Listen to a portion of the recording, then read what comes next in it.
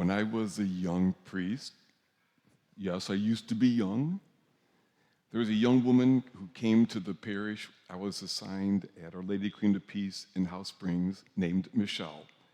In her 20s, she was athletic, energetic, kind of brought an enthusiasm to the parish ministries. She had a surgery which had an unfortunate element which left her paralyzed.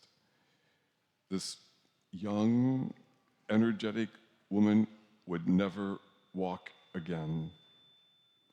Suddenly, the future she had counted on and planned for was gone.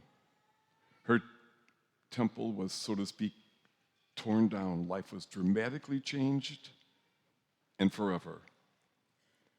Today, Jesus points to that temple, this magnificent edifice that was in many ways the pride and joy of the Jewish people. In some ways, it represented their history, their connection to God, right? And the promise of their future.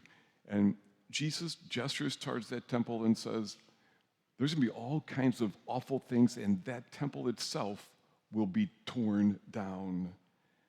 Now, to those hearing Jesus, it seemed incomprehensible that that could happen. And if it did, terrifying. Then what? That was who they were, at least symbolically, in many, many ways. How could we go on without that? Isn't that what you and I fear somewhere in our guts when we face the possibility or the reality of our temples being torn down? How could we ever be okay if the future we had planned for or counted on was no longer there? Sadly, no one gets through life without having some painful, frightening times where things do seem to crumble. As much as we wish we could, we can't secure ourselves lives where nothing will change, or we won't face some, at least at some point, significant loss, unexpected transitions, deep letting goes.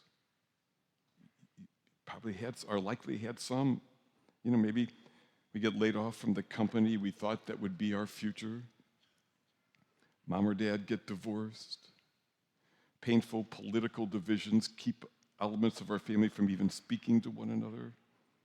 Our boyfriend, our girlfriend, our spouse wants to end the relationship and is already seeing someone else. The diagnosis does not look good at all. Someone dies suddenly, leaving many things unspoken. Or what? For each of us, the losses and letting goes come, and sometimes in ways so significant it feels like our world is left in ruins. What do we hang on to then when everything we thought we would need to have is no longer there? Jesus gives his answer today, one of his answers today.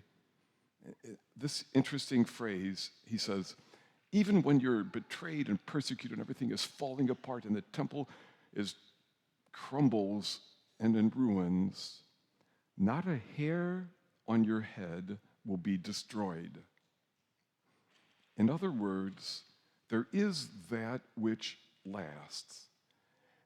Yeah, sometimes our biggest fears do come true, but Jesus knew the heart of God, and he knew that God would A, be with us, and B, could work to bring something new from the rubble.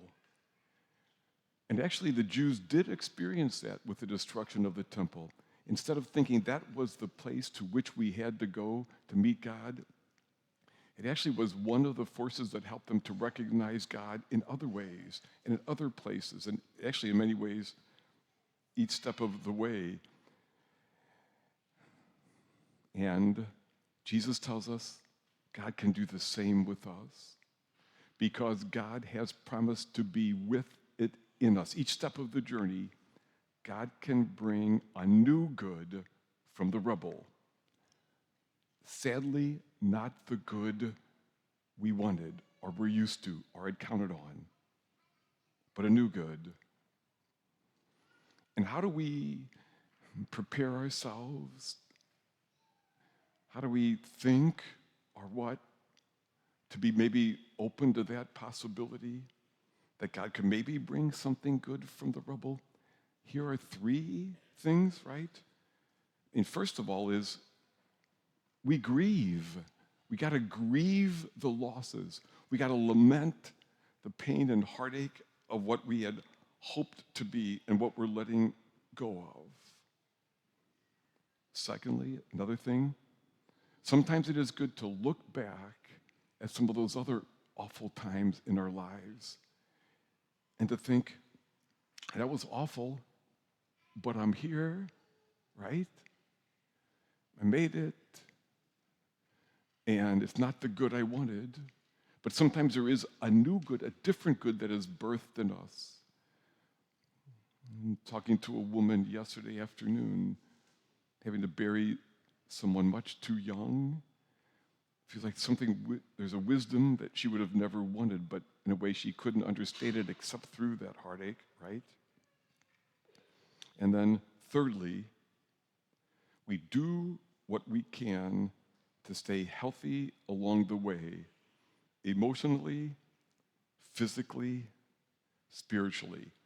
That does not fix anything, but it allows us to be better able to receive the graces of healing, receive the graces of hope, better able to be open to something emerging through us and in us. And one element of that, I think in particular, to learn to nurture the habit of prayer. Thank you for being here, yeah. And a connection to a church family, to others. You know, no one can take away our pain. No one can suffer for us, but we don't have to do it alone. We're not meant to do it alone. God gives us each other along the way. So, back to Michelle. When the heartbreaking news came, our church family joined Michelle's biological family. We prayed with her, we cried with her, we laughed with her and tried to sustain her. We were saddened we couldn't make everything okay for her, but we loved her in the midst of it all the best we could. Now, we had a retreat program there, and as was the custom, and Michelle joined us for one in her wheelchair, and as was our custom, we would pass the microphone to participants to say anything they wanted to say or any blessing they found. And when it came to Michelle, she named a blessing or two. And I'll never forget the look on her face when from her wheelchair, she then looked up and said quietly, and what I just have come to realize is that we don't need two legs to walk with Jesus. From the rubble, God was starting to do something good in her life.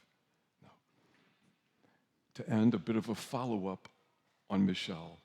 I'd been gone from that parish many years and hadn't seen her or talked to her. And I'm listening to KMOX one morning as I'm making my bed, and I heard the reporter covering a group of protesters in the city who were advocating for access to sidewalks, and they, so that people in wheelchairs could get to the places that the more able-bodied could.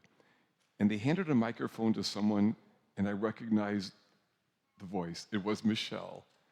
And she made her case for why there needs to be curb cuts so that people in wheelchairs like her could get into the same buildings we could get in. And I just smiled and said, way to go, Michelle. Way to go.